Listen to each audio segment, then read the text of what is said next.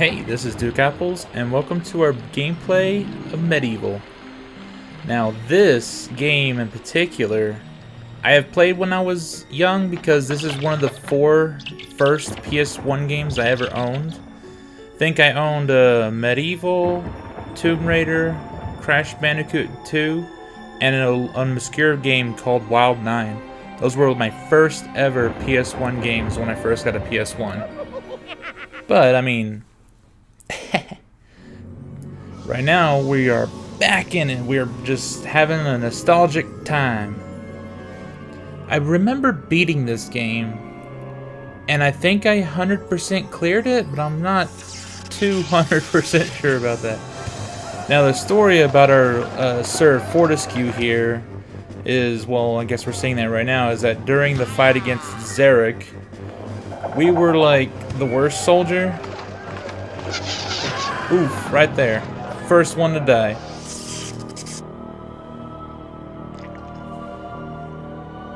Oh well. Now we're the hero. So I think like one of your mission statements in this entire game is to like gain fame and actually become a hero. Because like nobody thinks that you're a hero. You're like chopped liver. You're poop. It has risen again. Sir Daniel Fortesque, see? The hero of Gallowmere who fell at the first charge. The fog of war and the shrouds of time conspire to turn the arrow fodder into the saviour of the day. But we knows better.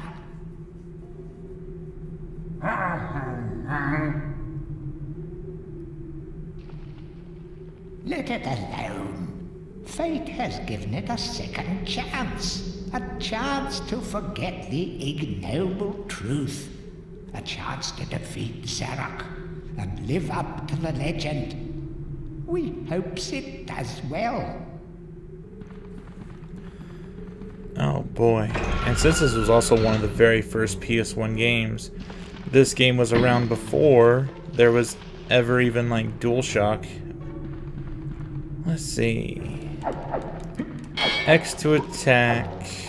Square is like our alternate attack. Which for the sword is a chargeable spin, other than just a normal spin.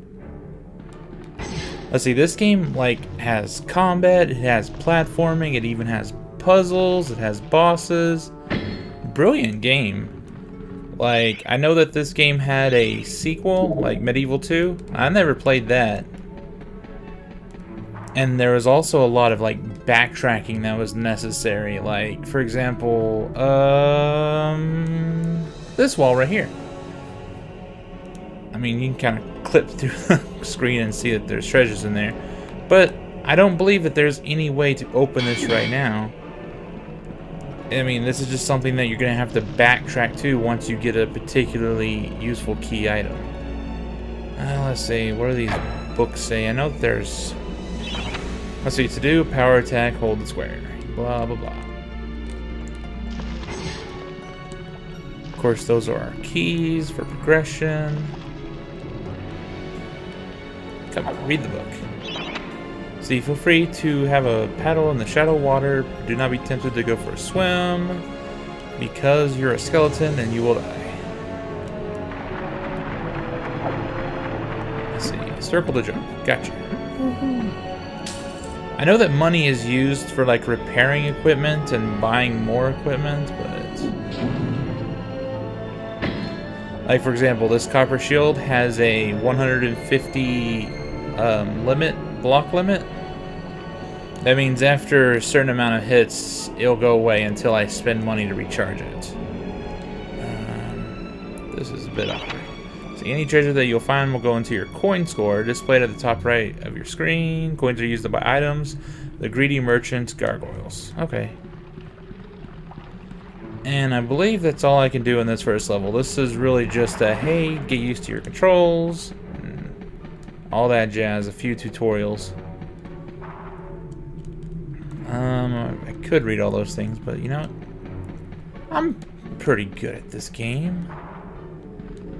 If you have a key item, we'll automatically use it, and then we can progress on. Oh man, I'm pretty nostalgic for this game.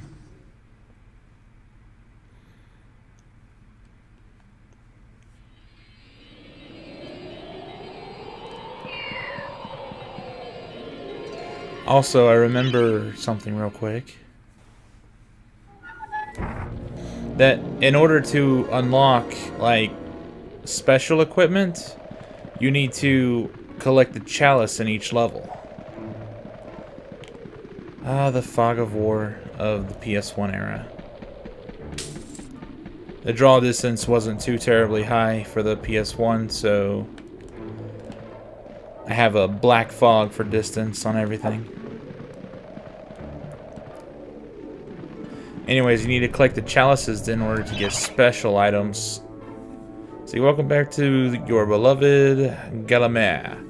The sinking dead have risen up to dance with the lifeless living. They want to do it over your dead body. So, as you slay enemies, you can see that the progress for the chalice has gone up. Once you have reached the chalice progression to 100%, then you may collect the chalice. And I believe I'm going to be trying to do that for every single level. And it's not always straightforward like that in every single level. A lot of times there's hidden, like really well hidden enemies to prevent you from getting the chalice. And some other conditions like killing enemies could decrease your chalice score in one particular level that I remember. Let's see, I have the green thing to progress on. Obviously these fountains of HP will recover your HP, but I think it will only recover like 3 health bars total.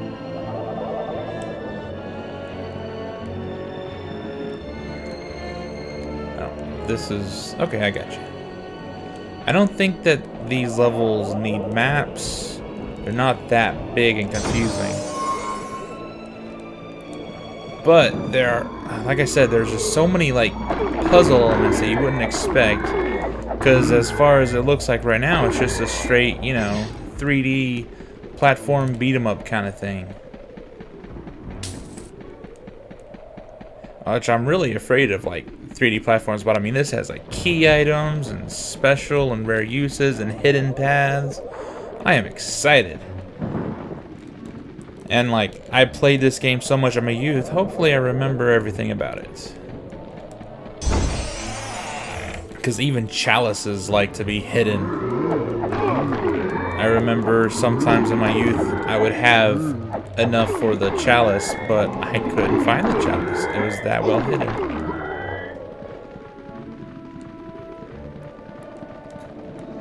Let's see. There's our chalice. I believe that this is pretty straightforward. Like, as we rotate the statue, it will unlock the gates. So I think that all the gates are blocked off right now.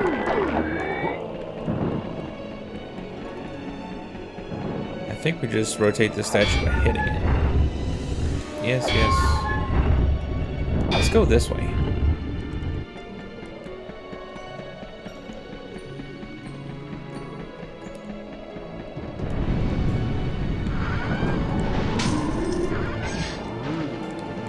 Oh yeah.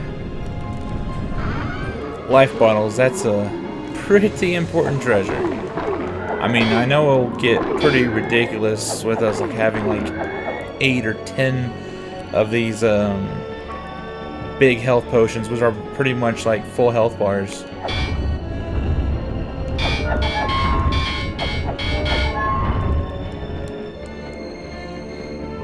But sometimes bosses are hard. Let's see. This path, I think, is something super special too.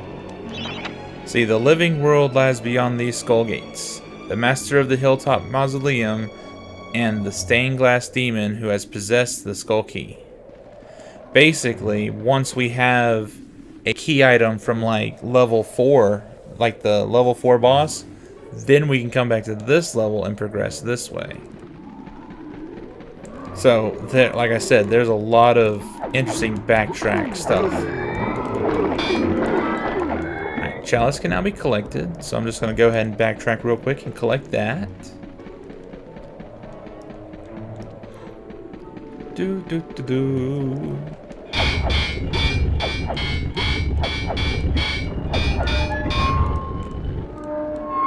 I think that's going to say something about the chalice, but who cares? Woohoo! So, once we beat this level, we can enter the Hall of Heroes. And every single time we get a chalice, we will get a special weapon or a special item, or sometimes we'll just get gypped and they'll give us daggers. But it has like some of the most hilarious interactions in this entire game.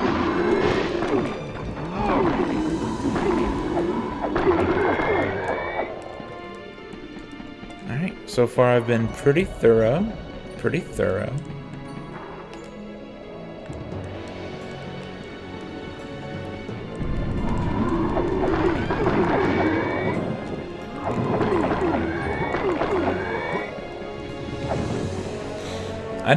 I'm not entirely sure if this game is even gonna get hard, honestly.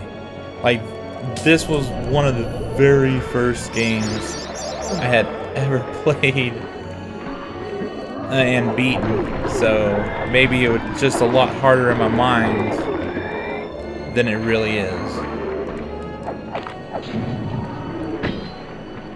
Boom, found a copper shield. Also, yeah, if you find an item in the world, like if I had lost any durability to my copper shield, by collecting it again, it would be fully refilled. These things always like talking crap to us. Tread softly. Zarok awaits beyond these gates. The Master meets with the demon from the mausoleum, hatching plots of purest evil. Forgotten nobodies would be wise to make themselves scarce. Uh-huh.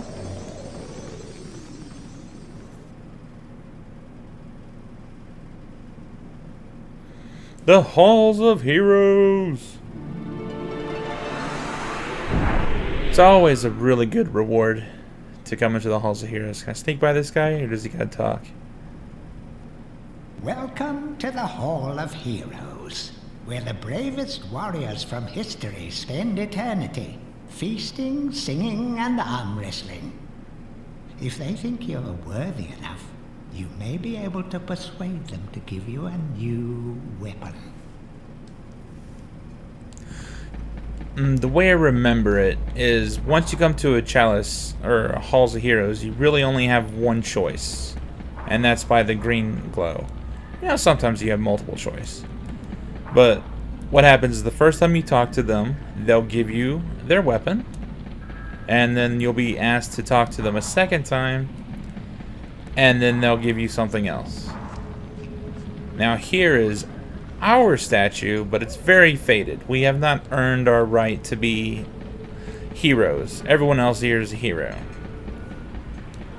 Let's see. This door is for the final level, and these ghostly staircases will become not ghostly once I've progressed enough in the game. I think after 6 chalices I've turned in. So just gotta stand on this symbol, and we'll get the crossbow for our very first. Captain Fortesque, it's me, Canny Tim. Does the battle go well? Not so good. How I wish I could fight at your side again, sir. But hold, you could take my crossbow. It's got rapid fire, and you can ricochet the darts off walls to shoot around corners. I used it at the Battle of Gallowmere. After you were slain, I shot Zarok's champion, Lord Kardok. A clean kill through the eye at some 1,000 yards. Hit on with it. Of course I'll accept it. Not that there's anything clever about shooting someone in the eye, sir. Oh, goodbye, sir. Oh yeah, jokes about us getting shot in the eye. Let's see. I don't remember anything special about this chalice. I don't know if it gets bigger or more solid or something. I don't know. Now this little green ball that's following us, that's like our targeting reticule. It'll go next to an enemy that we have targeted, and we'll give them the little bam, bam, bam. The crossbow is extremely useful. I like it. Let's see, I press select, and that's how I change my weapons. This will take us back to the main menu, and we will continue on beyond the graveyard. Yes, let's get some save on. See? And then we can know that we have our chalice.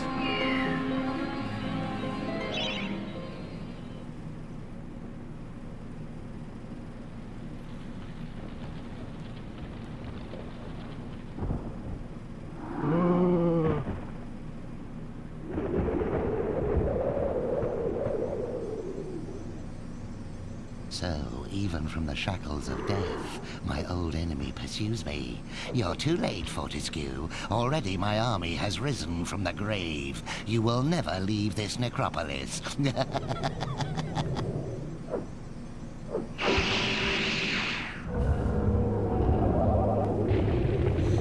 Uh-oh. We're never gonna leave this necropolis.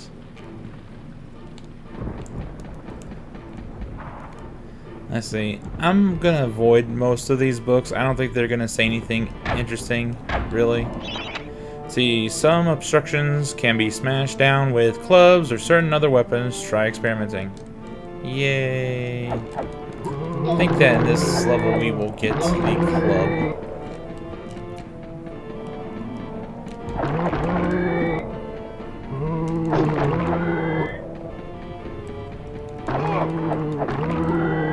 Just clearing to the right first. I see zombies, all is well.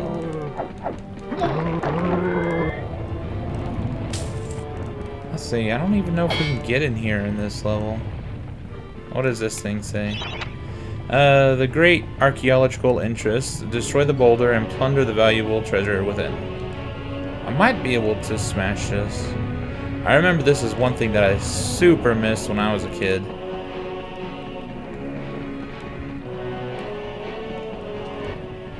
Now I know that the club is on the other side of this map. Oh, this thing is a huge bomb. Lethal to zombies. But not to me.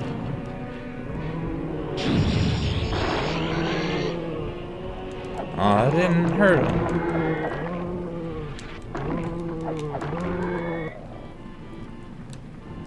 Boom, and I think this is the shop. Let's get some supplies. I mean, I could buy more daggers and more bolts, but nah. But nah.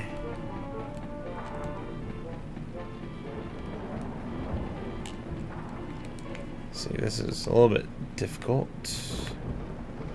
Okay, so I need to fall in back there, and that's where I can get the club.